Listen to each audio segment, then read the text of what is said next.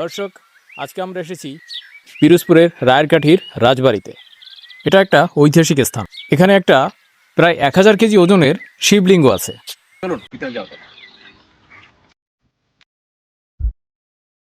রায়েরকাঠি জমিদার বাড়ি পিরোজপুর জেলার একটি অন্যতম ঐতিহাসিক স্থাপনা। পিরোজপুর জেলা সদর থেকে মাত্র 3 কিলোমিটার উত্তরে অবস্থিত রায়েরকাঠি জমিদার বাড়ি এটি প্রায় 350 বছরের বেশি একটি পুরাতন স্থাপনা। এই সুউচ্চ ভবনগুলো এখনও ইতিহাসের সাক্ষী বহন করছে। 1658 সালে রায়েরকাঠি জমিদার বাড়িতে কালী মন্দির নির্মাণ করা হয়।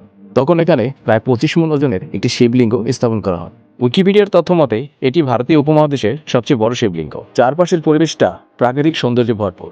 মন্দিরের চারপাশে সবুজ গাছপালায় আরোহিত, সাথে রয়েছে টিয়া পাখির ডাক। সবকিছু মিলে এক অন্য রকমের সৌন্দর্য। এখানকার স্থাপনাগুলো দেখলে মনে হচ্ছে এ যেন এক টুকরো নেপাল। কথিত আছে তৎকালীন নেপালের যত প্রকৌশলরা ছিল তাদেরকে এখানে এনে এই ডিজাইনটা এখানে স্থাপন করা হয়েছে। তাই নেপালের সাথে অন্য রকমের মিল রয়েছে এই স্থাপনাগুলো। ভিতরে দেখতে পাচ্ছেন সেই 1000 কেজি ওজনের সেই শিবলিঙ্গ। শিবলিঙ্গের চারপাশে ফুল এবং পূজায় ব্যবহার্য যে জিনিস, অন্যান্য আনুষঙ্গিক জিনিসগুলো লাগে সেগুলোর চারপাশে ছড়িয়ে ছিটিয়ে আছে।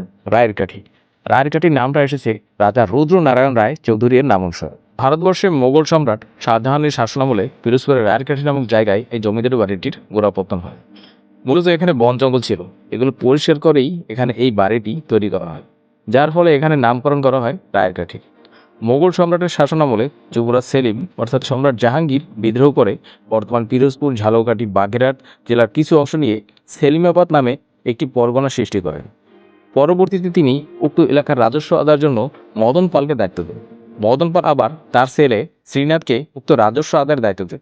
রাজস্ব আদায়ের জন্য শ্রীনাথ বর্তমান ঝালকাঠির লুৎফুবাদ নামক গ্রামে একটি কাছারিঘর স্থাপন করেন এবং সেখান থেকে অতি সুদক্ষতার সাথে রাজস্ব আদায়ের কাজ পরিচালনা করতে থাকেন, আর যার ফলস্বরূপ তিনি মোগল সম্রাটের কাছ থেকে রাজা উপাধি লাভ করেন।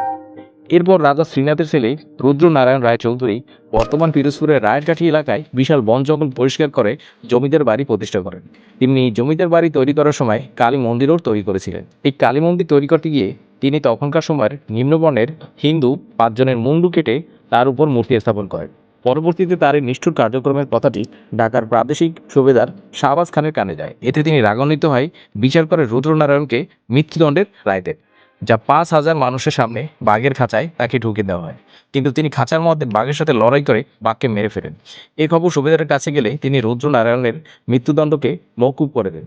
এতে রুদ্রনারায়ণ তার এই নিষ্ঠুর কর্মকাণ্ডে লজ্জিত হয়ে জমিদার বাড়িতে আর না ফিরে তিনি ছেলে নরোত্তম নারায়ণ রায়কে জমিদারিত্ব দিয়ে কাশী চলে যান। সেখানে তিনি আমৃত্যু সন্ন্যাসী জীবন পালন করেন। এই স্থাপনাগুলোর উপরে এবং ভিতরে ছোটখাটো ফাঁকর ফোকরের ভিতরে প্রচুর পরিমাণে পাখি বসবাস করে। টিয়া পাখি এবং অন্যান্য বিভিন্ন রকমের পাখি বসবাস করে। আর সেই পাখিগুলোকে শিকার করার জন্য এখানে প্রচুর পরিমাণে বিষাক্ত বিভিন্ন ধরনের বড় ছোট মাঝারি বিভিন্ন সাপের আনাগোনা রয়েছে। সো আমি আর সামনে যাওয়ার সাহস করি নাই, কারণ এত পরিমাণে জঙ্গল যে এখান থেকে আসলে সামনে যাওয়াটা একটু রিস্ক বলা যায়। তাই তাড়াতাড়ি এখান থেকে নেমে পড়লাম, সামনে আর না যাওয়াটাই বেটার হবে। প্রচুর পরিমাণে জঙ্গল উপরে। আসলে স্থাপনাগুলা কত পুরনো, তবে দেখেন এখনো কত সুন্দরভাবে দাঁড়িয়ে আছে। চুন সুরকি ব্লাবলা মানে পোড়ামাটির ফলক টাইপের এগুলো। এখানে আসলে আপনি অনেকটা আপনার ওই যে সোনারগাঁওর যে শহরটা আছে পানামনগর, ওই ধরনের আর কি আপনি একটা ফিল পাবেন। ভ্রমণ পিপাসু মানুষ যারা আছেন তারা অবশ্যই পিরোজপুরের এই জায়গাটি ভ্রমণ করতে পারেন। অন্য জেলা থেকে যারা ভিডিওটি দেখতে পাচ্ছেন আপনারা অবশ্যই এখানে আসবেন, ভ্রমণ করবেন, আপনার নতুন নলেজ পাবেন। তেমন কিছু না, খুব একটা আহামরি কিছু না, কিন্তু সুন্দর জায়গাটা। ভিডিওতে দেখতেই পাচ্ছেন বেশ ভালো একটা জায়গা। অবশ্যই আমার জেলায় আমন্ত্রণ রইল, আসবেন পিরোজপুরে, দেখবেন পিরোজপুরের ঐতিহ্যবাহী রায়েরকাঠি জমিদার বাড়ি। আল্লাহ হাফেজ।